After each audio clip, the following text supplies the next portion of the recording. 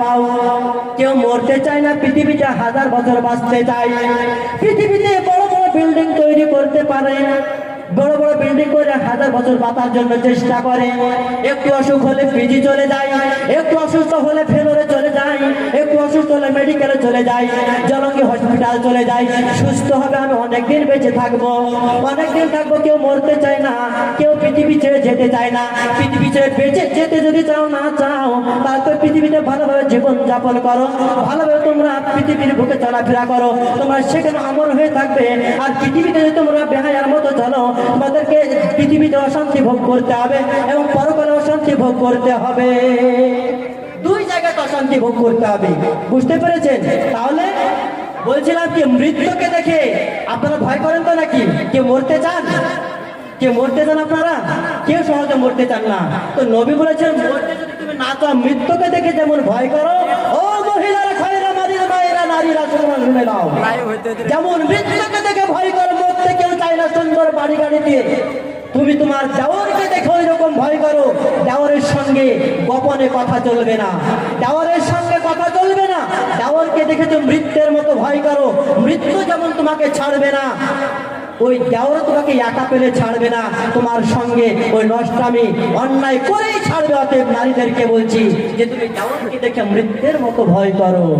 আমার ভাইরা, আমার বন্ধুরা, মা খালা বোনেরা, বিশ্ব নবী তিনি বলেছেন, আবু সাইদ হাদিসটা বর্ণনা করছেন, নবী বলছেন, একজন পুরুষ অন্য পুরুষের মুখমণ্ডল, হাতের কবজি ছাড়া অন্য কোন লজ্জা অঙ্গের দিকে দৃষ্টি দিতে পারবে না। পুরুষদেরকে বলা হচ্ছে যে একজন পুরুষ অন্য পুরুষের হাতের কবজি, মুখমণ্ডল ছাড়া অন্য কোনো অঙ্গ প্রত্যঙ্গের দিকে দৃষ্টি দিতে পারবে না। আর আজকে তো ছেলে পেয়ে ইয়ারকে ফাইজলাম করতে করতে ওই লুঙ্গিও খুলে দেয়, বুঝছেন? এসব ইয়ারকে করা যাবে না, একবার না যাই। এরা সব জাহান্নামী, এরা সব হোস্টেলে বেশি বেশি চলে, বুঝতে পেরেছেন? নবী বলছেন, যুবকেরা, তোমরা একজন যুবক, একজন পুরুষ অন্য পুরুষের হাতের কবজি, মুখমণ্ডল ছাড়া অন্য কোনো অঙ্গের দিকে দৃষ্টি দেবে না। বিষ্ণু বললেন, একজন যুবতী নারী, একজন মহিলা অন্য কোনো মহিলার হাতের কবজি, মুখমণ্ডল ছাড়া অন্য কোনো অঙ্গে পতঙ্গের দিকে তার চেহারা দিবে না, দৃষ্টি দিবে না। আল্লাহ রাসূল হারাম করেছেন, বলেছেন যে দুজন পুরুষ একই কাপড়ের নিচে রাত্রি যাপন করতে পারে না। মানে বুঝতে পারলেন না? দুজন যুবক পুরুষ একই কাপড়ের নিচে, একই লেপের নিচে রাত্রি যাপন করতে পারে না, দুজন শুয়ে থাকবে, তৃতীয় জন শয়তান আপনার সঙ্গে যুদ্ধ লাগিয়ে দেবে, খারাপ কাজ আপনাকে লিপ্ত করে নিতে পারে। সেই জন্য বিশ্ব নবী তিনি বলছেন যে দুজন যুবক একই কাপড়ের নিচে শয়ন করতে পারে না, একই বিছানায়, মাঝে বাংলাদেশ পাকিস্তান বর্ডার দেওয়া লাগবে, বাংলাদেশ ভারত বর্ডার। বলছিলাম কি যে বিশ্ব নবী মুহাম্মদ রাসূলুল্লাহ সাল্লাল্লাহু আলাইহি ওয়াসাল্লাম তিনি বলছেন যে গো মহিলারা, তোমরা মৃত্যুকে যেমন দেখে ভয় করো, ওই রকম দেওরকে দেখে তোমরা ভয় করো।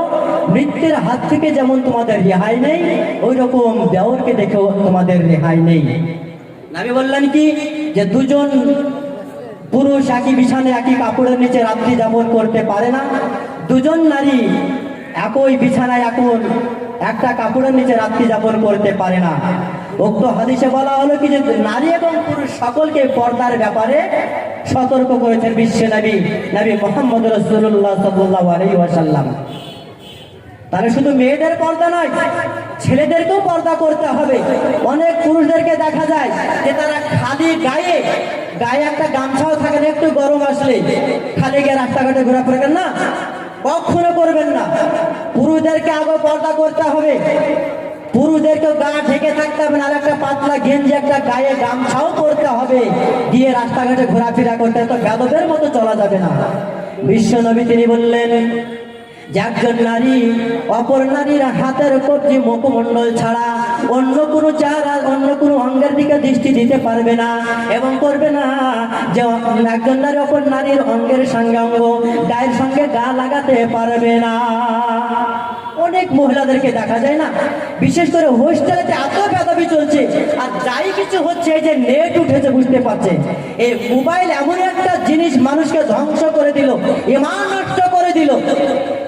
হোস্টেলে কি হচ্ছে, কোথায় কি হচ্ছে, প্রত্যেকটা জিনিস মোবাইলে পাঠিয়ে দিচ্ছে। সুবহানাল্লাহ। এই পৃথিবী এমনই একটা জায়গায় পৌঁছে গেছে মানুষের ঈমান থাকবে না।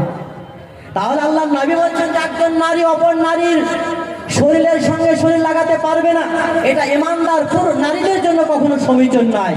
কারণ সে মেয়েটা, সে স্ত্রীটা তার স্বামীকে গিয়ে বলবে, জানো ও আব্দুর রহমানের মা, আব্বা তুমি জানো কি হয়েছে রে? বলছে ওই যে পাশে বাড়ির ভাবি না, ওর গাটা এত নরম না, এত সুন্দর, তার গাতে সেন বের হচ্ছিল না। বিশেষ করে উপর তুলতে বলে যে ওর চুলটা এত বড় বড় চুল, কালো কালো চুল। বিশ্বনবী তিনি বলছেন, ওগো মহিলা, ওগো নারী, ওই মহিলার কথা তোমার স্বামীর সঙ্গে কখনো বলবে না। তোমার স্বামীকে যখন বলবে, তুমি তোমার স্বামীর চোখের দিকে তুমি খেয়াল করবে তার চেহারাটা কেমন হয়ে যায়। যখনই বলবে যে ওই ভাবিটা কি শ্যাম্পু ব্যবহার করে, কি জিনিস ব্যবহার করে তার শরীরে সেন বের হচ্ছিল, তার চুলটা এত বড় বড় চুল, কালো কালো চুল, সুন্দর দেও, ফর্সা দেও। বিশ্বনবী নিষেধ করেছেন যারা মহিলা হবে তাদেরকে নিষেধ করেছেন যে অন্য কোনো মহিলার কথা তার স্বামীর সঙ্গে বলা কখনো ঠিক নয়। কারণ তোমার স্বামী ওই মহিলাটাকে তার অন্তর্দৃষ্টিতে দেখবে, তারপরে দিন তার কাছে ফোন নাম্বার নেওয়ার চেষ্টা করবে, তার সঙ্গে কথা বলার চেষ্টা করবে, তার সঙ্গে গোপনে আলাপ করার চেষ্টা করবে, তার সঙ্গে মানে মনের একটা যে মিল তার হয়ে গেল। বিশ্বনবী বলছেন ওই মেয়ে ছেলেটা তার সঙ্গে অন্তর জেনা করে ফেললো।